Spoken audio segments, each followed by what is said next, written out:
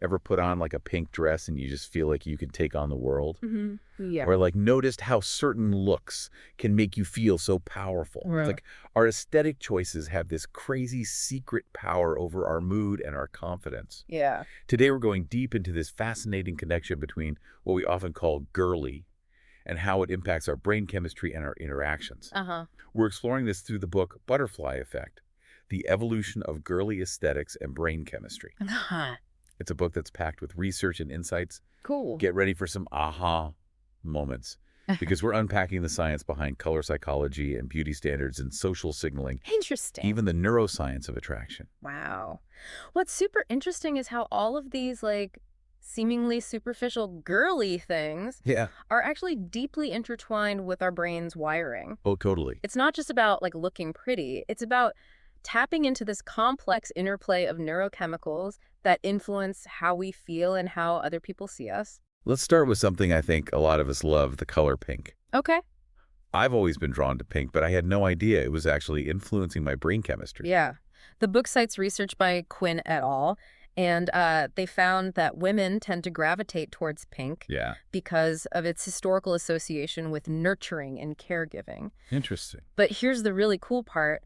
Pink actually stimulates the production of dopamine, Oh, wow. which is that, that feel-good neurotransmitter that's linked to pleasure and reward. So that little boost of happiness I get when I wear like my favorite pink top, Yeah. that's actually dopamine at work. Totally, yeah. It's like you have a built-in mood booster just sitting in your wardrobe. Right. But this also brings up a really interesting question. If our brains are wired to respond so positively to pink, Yeah. is this nature or nurture? Are we like, biologically predisposed to these preferences, or is it societal conditioning? It makes you wonder if you can really ever break free from those like ingrained associations, Yeah. or if we're always going to be somewhat influenced by them. Mm. And speaking of ingrained preferences, the book also goes into this world of beauty standards and how they impact our brain chemistry. Oh, for sure. It says that seeing beauty, whether it's a captivating landscape or a symmetrical face, triggers the release of dopamine and serotonin, Yeah. making us feel good. Right. So we're actually wired to appreciate beauty. Right.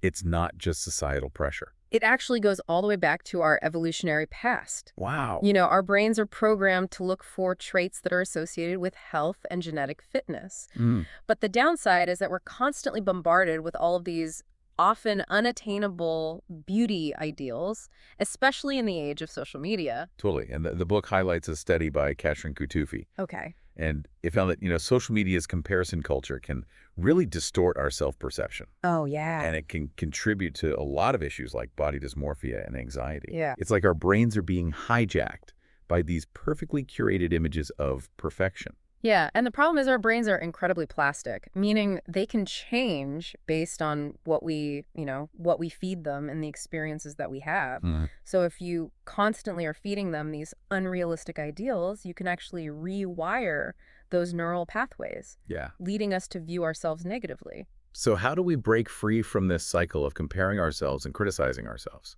The book suggests focusing on rewiring our brains for self-acceptance. Mm, So instead of chasing these unattainable standards, what if we start appreciating our unique features and celebrating what makes us individuals?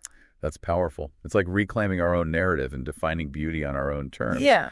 But I mean, is it really that simple? Can we truly unlearn all these years of societal conditioning and rewire our brains to embrace our authentic selves? It's definitely a journey, and it's going to take work, and you're going to have to be really conscious about it. But by understanding how our brains work and the impacts of all of these external influences, Right? we can start to shift our mindset. Yeah. We can cultivate a more positive image of ourselves. I love that. It's about taking back control of our thoughts and our perceptions.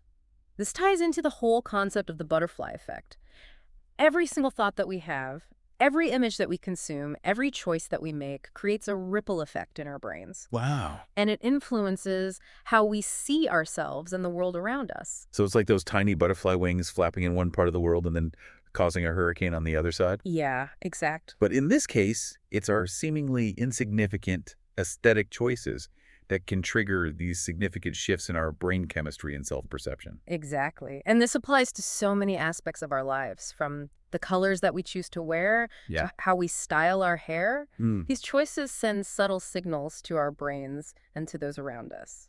Speaking of sending signals, let's talk about how the girly aesthetic influences how people actually see us. Okay. It's not just about expressing ourselves. Yeah. It's also about how our style is interpreted by other people. Yeah, it's really interesting, how our aesthetic choices can kind of act like a social language, Oh, yeah. sending messages about, who we are and how we want to be perceived.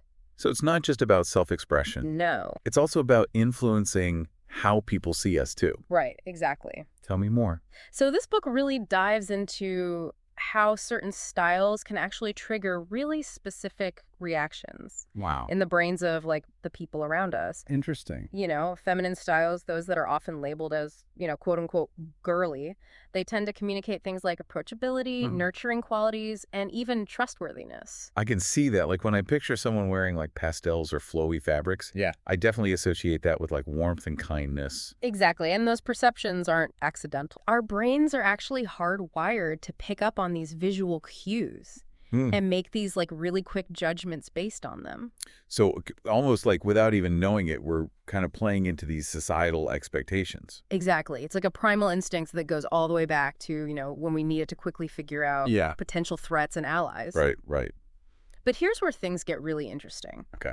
The book also brings up this question of potential bias against really hyper feminine looks, Oh. especially when it comes to like professional settings. Uh-huh. There's research that suggests that women who embrace these styles Yeah. might be perceived as, less competent or less serious. That's kind of a bummer. Yeah, it's definitely a double-edged sword. Right. But the book doesn't shy away from these like harder conversations. It Yeah. really challenges us to think about, are we actually reinforcing gender stereotypes by emphasizing certain looks? Or are we empowering people to express their femininity authentically?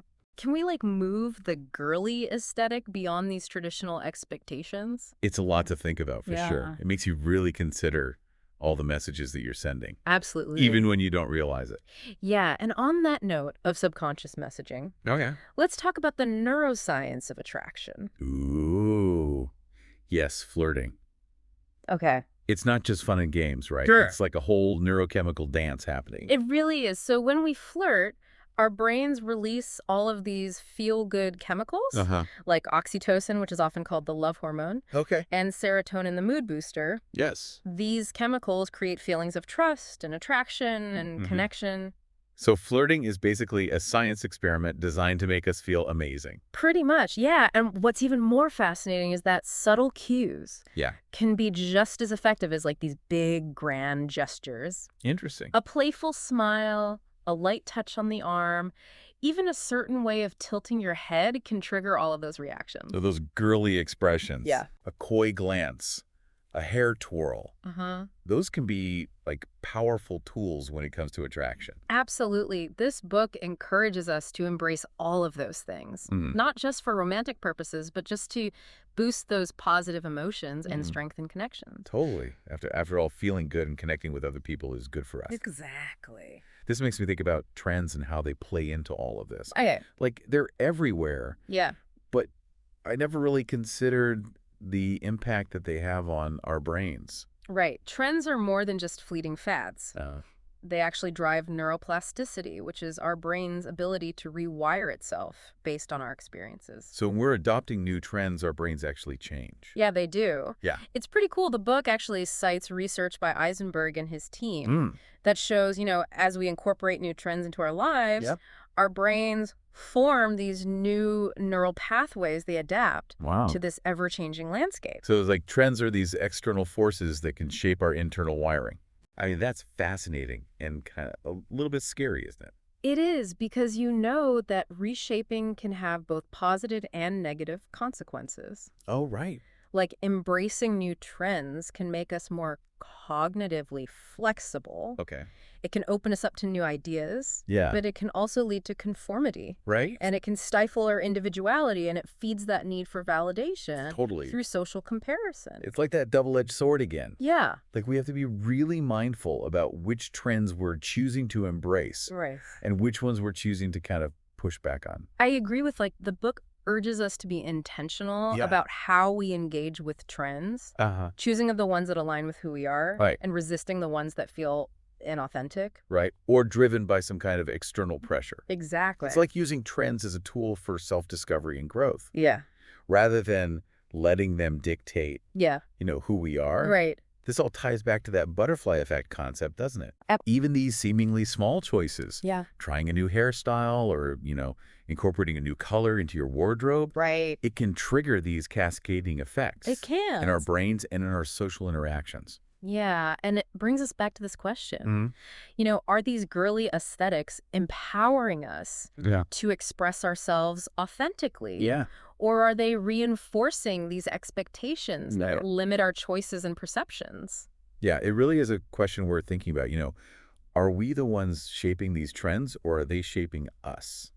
I think it's a little bit of both, right? I think so too. So we've talked about pink and beauty standards and social signaling and flirting and trends. Yeah. It's crazy how all of these seemingly girly things are actually connected to our brain chemistry and our behavior. Right. And it all goes back to that butterfly effect. Right. Every choice that we make, no matter how small it seems, sets off this chain reaction that impacts our mood, our Right. confidence, how we interact with the world. It's really mind-blowing when you think about it. It is. Like choosing to wear a pink dress or rocking a bold haircut, those actions can send ripples out into the world. They really can. It's kind of amazing. It is. And this book encourages us to be more aware of that power to make conscious and intentional choices. Mm.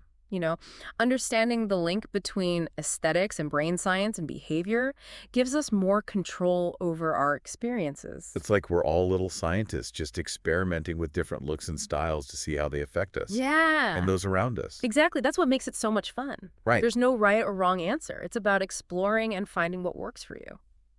Okay, so to wrap things up, what are some takeaways that our listeners can start applying to their lives?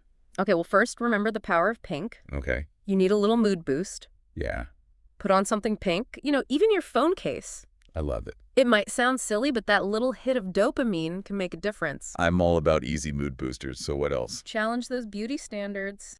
Stop comparing yourself to all those filtered photos Right. that we see everywhere. Focus on celebrating what makes you unique. Love that. Remember that true beauty comes from within. Self-love is the best love.